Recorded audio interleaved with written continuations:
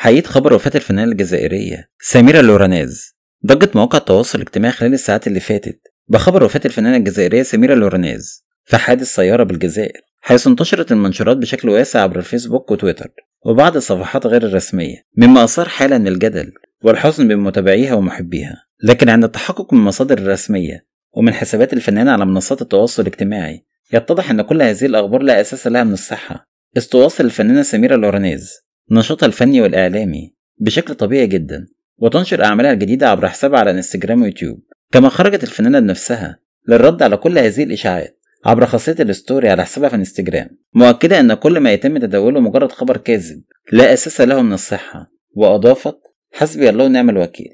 وبذلك يتم تأكيد أن خبر وفاتها هو مجرد إشاعة لا أساس لها من الصحة تداولتها بعض الصفحات غير الموثوقة على مواقع التواصل الاجتماعي، في حين أن الفنانة بخير وتواصل نشاطها الفني.